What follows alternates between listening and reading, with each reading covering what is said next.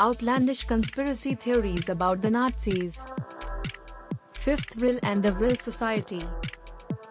The Vril Society was alleged to have been a secret society whose members were said to have included Adolf Hitler and other high-ranking Nazi members.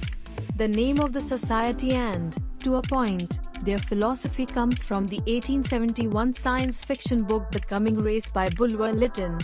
The book tells of a highly advanced civilization, the Aryans, who could tap into the Vril, essentially the energy of the universe, and use it for their own ends. The Vril Society, who believed that they were direct descendants of the Aryan race, also believed that they could master and tap into this energy field. Female members of the Vril Society let their hair grow as long as possible in the belief that doing so allowed them to tap into the Vril. It is said that the Vril Society positively encouraged Hitler and other influential people in the Nazi Party to embark on their searches for ancient relics and ancient technology. Fourth, secret Arctic expeditions. In 1938, the Nazi regime sent the Schwabenland vessel to western Antarctica, and upon arrival, they claimed New Swabia as their own. This was done to secure Germany's whaling industry, which seems very reasonable given the number of valuable products the Third Reich would have used from whaling. For some, though, the expedition has led to much debate about its true purpose. They believe that the Nazis' real intent was to establish a military base named Base 211 in Antarctica. The Nazis were also allegedly searching for an entrance to the inner Earth that they firmly believed had been inhabited by the Aryan race. Interestingly, an Alaskan man named Joe Watson recently claimed to be in possession of a letter from a German crew member who had been aboard submarine U-209. In the letter, the crew member claimed that the purpose of their mission was to find the location of the inner Earth, a goal that they had supposedly achieved. German records do show that U-209 was in this area in 1943, but the submarine went missing in early July. Perhaps another comment that should be looked at more closely is that of Karl Dönitz, who was in charge of the German U-boat fleet. In 1943, he stated that the Germans had rebuilt their submarines in another part of the world, a Shangri-La London impregnable fortress. Could he have been referring to the top-secret base in Antarctica? Some have even claimed that Hitler escaped to the Nazi base in Antarctica and did not commit suicide in a Berlin bunker at all. While this claim is almost certainly not true, there are official records of Nazi activity in Antarctica in the weeks immediately before their surrender to Allied forces. Third, claims of help from people from other worlds. While there is no doubt that the Nazis were quite ahead of the Allied forces in terms of technology and advanced weapons, some claim that the reason is due to help they received from aliens. The theory itself is crazy, right? But the stories have been around almost since the end of World War II, and very recently, an Iranian news platform stated that they had documents from whistleblower Edward Snowden that also made such claims.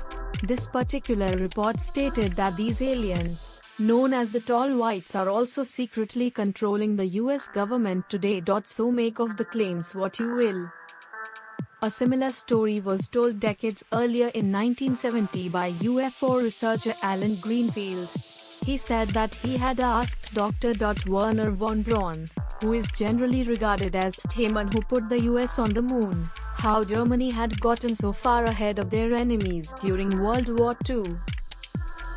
According to Greenfield, von Braun replied, "We had help from them." And then he pointed to the UFO files that Greenfield was searching through at the time. For clarification, Greenfield asked if he meant extraterrestrial help, to which von Braun replied, "Yes." Hermann Oberth, another German engineer, also made similar comments in the book Did Spacemen Colonize the Earth by Robin Collins. As to why Germany was so far advanced in the 1930s and 1940s, Oberth stated, "We cannot take credit for our record advancement in certain scientific fields alone. We have been helped." When he was asked who had given this help, he stated, the people of other worlds. Of course, both von Braun and Obert have long since passed away, so it is impossible to verify either of their comments.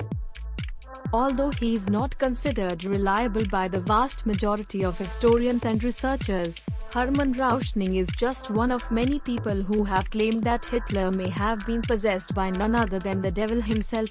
In his book Hitler Speaks, Rauschning stated that Hitler would go into a trance while giving various speeches. He felt that the leader of the Third Reich was a medium for evil spirits and even the devil himself. August Kubitschek, one of Hitler's childhood friends, has also made similar insinuations. In his book, The Young Hitler I Knew, The Memoirs of Hitler's Childhood Friend, he recalled a conversation in which the 17-year-old Hitler spoke of his ambition to restore Germany to the glory it once enjoyed. Kubitschek said of the conversation, "It was as if another being spoke out of his body." It is even said by some members of the Catholic Church that Pope Pius XII attempted an exorcism of Hitler from a distance, but he ultimately failed. More recently, in 2006, Pope Benedict XVI's caster out of demons, Father Gabriele Amorth, claimed that Hitler was almost certainly possessed by the devil. He added that it is not only individuals who can be possessed but that entire populations are susceptible. It should perhaps be noted that Father Amorth has also cited the Harry Potter book series as being responsible for children wanting to experiment with the occult. He even went so far as to say, "Behind Harry Potter hides the signature of the King of the Darkness, the devil." First Hitler really escaped to South America. In summer 2014, declassified FBI documents alleged that Adolf Hitler didn't commit suicide in Berlin but instead fled war torn Europe on his way to Argentina. It is said that he landed in the South American country just over 2 weeks after Berlin fell into Allied hands. The declassified files state that the FBI was given this knowledge by an informant who was seeking political asylum in the United States. Allegedly aided by the Argentinian government, Hitler settled for a time in a small village near the Andes Mountains. The files concluded that the information they had was not enough to justify further investigation. Just weeks before these files were released into the public domain, a photograph that allegedly showed Hitler in Brazil found its way online. The picture was released by a Nazi hunter and author who believed that Hitler had gone to Paraguay from Argentina before finally settling permanently in Brazil. The photo allegedly shows Hitler in 1984 without his mustache and with his arm around Sutinga, his Brazilian lover. This photo was supposedly taken 2 years before Hitler's death at age 95. Did the Russians, who discovered and identified his body, know that he had actually fled and covered it up? As shown above, a retouched photograph by an artist with the US Secret Service shows how Hitler might have looked in disguise if he had escaped from Germany in 1945. In 2009, archaeologist Nicholas Pellantoni was allowed to conduct DNA tests on one of Hitler's skull fragments. The results showed that the recorded DNA samples that are thought to be Hitler's didn't match the skull fragment held by the Russians. Of course, this only fanned the conspiracy flames even more.